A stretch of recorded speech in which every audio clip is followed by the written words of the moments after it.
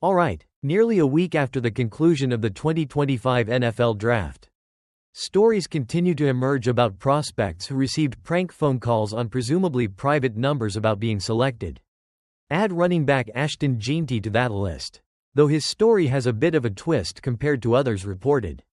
Ashton Jeanty was selected early in the first round, number 6 overall, by the Las Vegas Raiders.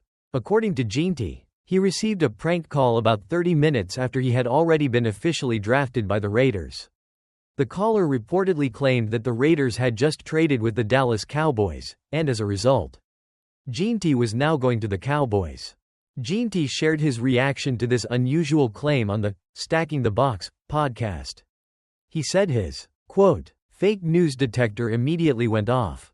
He knew the conversation was a farce, and he simply hung up the phone, stating, quote, come on, bro. The article distinguishes Jeanty's call from the more common type of prank call reported this year, such as those received by players like Shedeur Sanders, Abdul Carter, Mason Graham, Tyler Warren, and Kyle McCord.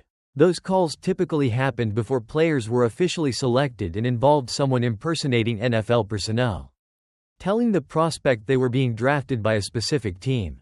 Jeanty's call, however, was after his draft pick and involved a fake trade claim. The most infamous case was the call to Shedeur Sanders, where someone impersonated New Orleans Saints GM Mickey Loomis. That conversation was notably recorded and shared by well-off media, the social media channel run by Sanders' older brother. And the other side of the call was also filmed and briefly posted publicly.